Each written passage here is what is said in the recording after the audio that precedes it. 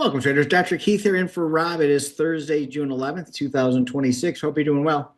All right, folks. So again, glad to have you back in the room here today with me. It is a phenomenal time to be trading the markets, no question about it. A lot of good volatility coming in.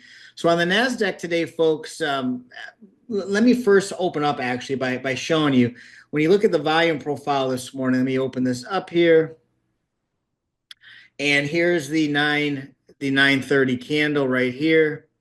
Basically, we said if we hold it VWAP here as we get into the 10 o'clock hour, we're biased to the upside at that point after already seeing a couple areas that it's been holding. So we were looking for bull moves over bear moves if we held at VWAP, and that was the key to see if it held, and it did.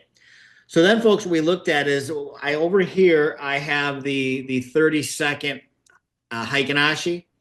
And so once we got the breakthrough, pullback, resumption, okay, then I started looking at the scalping opportunities with the Renko. Okay, I've been teaching Renko here within the live trading room as well. I like to mix it up.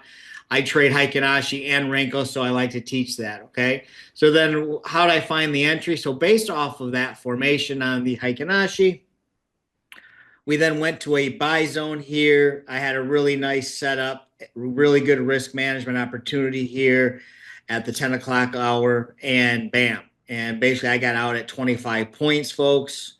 100 and actually, I'm sorry, 30 points, 120 ticks.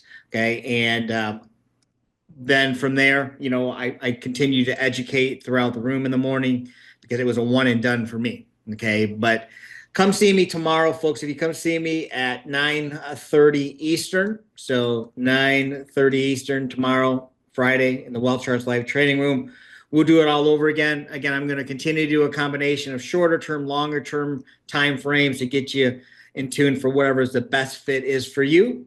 So have a good evening, everyone, and I'll see you tomorrow. Take care.